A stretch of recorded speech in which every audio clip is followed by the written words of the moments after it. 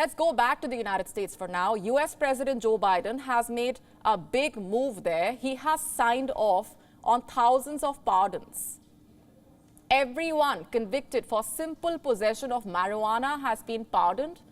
What is simple possession? Anyone who was caught with less than 30 grams of marijuana. They were punished under US federal law. Those charges will now be struck off their records. What is the thinking behind Joe Biden's move? Our next report getting you the answers. It was the subject of a major clash between culture and policing. US President Joe Biden had decided to end it with one stroke of the pen. I'm announcing a pardon for all prior federal offenses for the simple possession of marijuana. Too many lives have been upended because of our failed approach to marijuana. It's time that we right these wrongs. Biden's move has far-reaching implications. For starters, the pardons will clear everyone who faces federal charges. Simple possession of marijuana became a crime in the 1970s. From 1992 to 2021, about 6,500 people were convicted. With the pardon, their convictions about simple possession will be cleared. The larger goal of Biden's move is to give the Democrats a boost in the upcoming midterm election. The US president is targeting a major vote bank. There's the line right there in the corner. Last year, a Gallup poll found that 68% of Americans favored legalizing marijuana for recreational use. That means there is bipartisan support for legalization.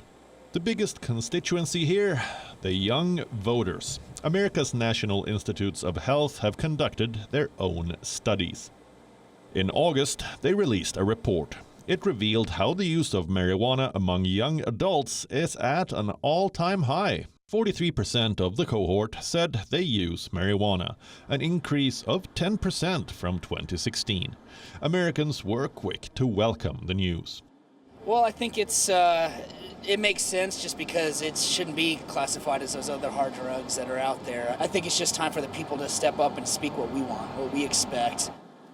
Biden's move will affect another vote bank, the African Americans. I think that's awesome, actually, because I think even though marijuana is a drug, I also think that I don't think you should have to do jail time for it, especially if you're not doing jail time for alcohol. According to the American Civil Liberties Union, they are more than 3 times as likely to be arrested for marijuana possession. The US president talked about this too. While white and black and brown people use marijuana at similar rates, black and brown people are arrested, prosecuted, and convicted at disproportionately higher rates. Biden also encouraged state governors to take similar steps and pardon citizens.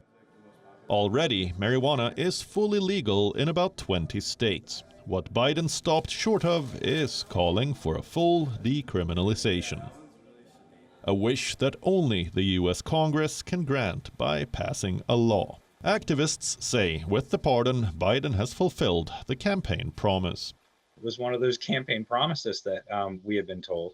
And it's also a pretty simple fix. Pardoning and removing permanent federal records for simple marijuana possession. However, in any democracy, only a ballot can deliver a final verdict. It remains to be seen if the pardons will translate into votes for the Democrats. Bureau Report, World is One. WION now available in your country. Download the app now. Get all the news on the move.